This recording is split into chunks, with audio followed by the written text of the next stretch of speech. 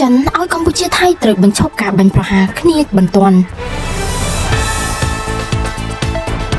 ភារកិច្ចបន្ទាន់ត្រូវបញ្ឈប់ការបាញ់ប្រហារគ្នាឲ្យបានឆាប់ចាប់ផ្ដើមសន្ទនាឡើងវិញនិងដោះស្រាយជម្លោះព្រំដែនដោយសន្តិវិធីហើយរីករាយក្នុងការបង្កើតលក្ខខណ្ឌឡើងវិញនិងផ្ដល់វេទិកាសម្រាប់ការសន្ទនានិងកិច្ចចរចារវាងភាគីទាំងពីរទាំងនេះជាខ្លឹមសារដែលអគ្គរដ្ឋទូតចិនប្រចាំកម្ពុជាលោកវ៉ាងវិនពីងផ្សព្វផ្សាយឲ្យដឹងក្រោយពេលលោកតឹងស៊ីជុនមន្ត្រីបេសកជនពិសេសទទួលបន្ទុកកិច្ចការអាស៊ីនៃក្រសួងការបរទេសចិនបំពេញទស្សនកិច្ចនៅក្នុងប្រទេសកម្ពុជានិងថៃដើម្បីសម្របសម្រួលឲ្យមានបទឈប់បាញ់ក្នុងជម្លោះព្រំដែនកម្ពុជាថៃឯកអគ្គរដ្ឋទូតចិនលើកឡើងថាភាគីចិនគាំទ្រដល់កិច្ចខិតខំប្រឹងប្រែងសម្រាប់សម្រួលរបស់អាស៊ាននិងគាំទ្រទូនីតិដ៏សំខាន់របស់ក្រុមសង្កេតការណ៍អាស៊ានក្នុងការឃ្លាំមើលបទឈប់បាញ់រីករាយក្នុងការបង្កើតលក្ខខណ្ឌឡើងវិញនិងផ្ដល់វេទិកាសម្រាប់ការសន្ទនានិងកិច្ចចរចារវាងភាគីទាំងពីរចិនសង្ឃឹមថាកម្ពុជានិងថៃរួមដំណើរគ្នាបន្តទៅមុខខិតខំស្ដារទំនុកចិត្តគ្នាទៅវិញទៅមកនិងកសាងសន្តិភាពឡើងវិញតាមបណ្ដោយព្រំដែន